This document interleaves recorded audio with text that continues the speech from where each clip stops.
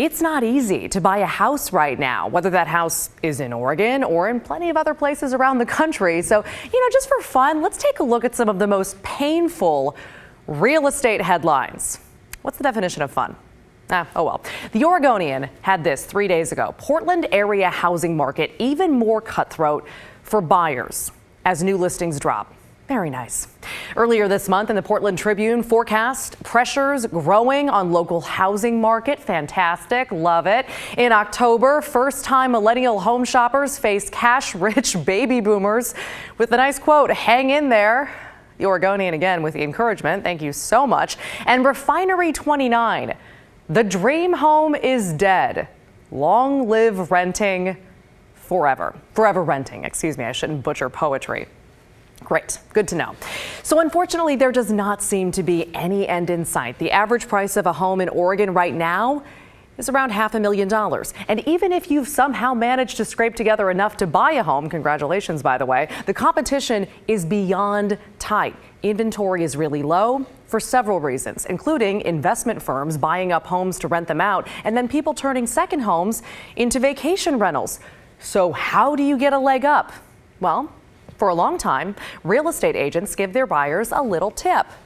Write a letter, they would say. A love letter, if you will. Pour your heart out to the seller. Tell them about you, about your fam, the life you want to live in the house, the whole nine. Pull at their heartstrings, manipulate them if you have to, and hope that they choose your sappy tale for their beloved abode. Don't manipulate anybody, that's mean. But either way, enter, after all those years of letters, the state of Oregon. Earlier this year, lawmakers decided, no, you can't do that anymore, and they banned love letters to homeowners looking to sell. The reason?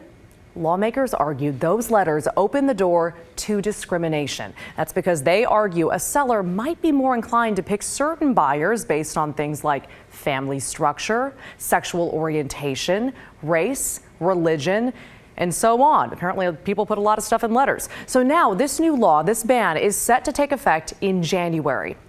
That is, unless a local real estate company can successfully wage war against the love letter ban.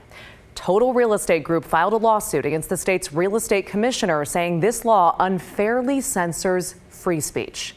Here's their attorney. A lot of sellers want to make sure that their house is used and loved by someone who buys it. They don't care just about the dollars and cents. They care about the emotional aspect of selling the house that they've lived in for years. And so a lot of the times they don't want to sell to an investment firm that's going to rent the house out or use it for an Airbnb. They want to sell it to someone who's going to live in the house.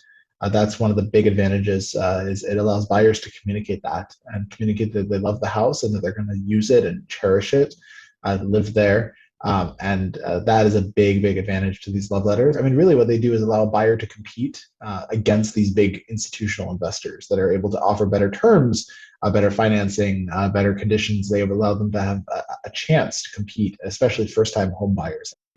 So the attorney filing that lawsuit said that he had never found an instance when someone was discriminated against because of a love letter, and that fair housing laws already exist to guard against that discrimination. We reached out to the Oregon Real Estate Commissioner, and he didn't want to comment on this case because it's pending litigation.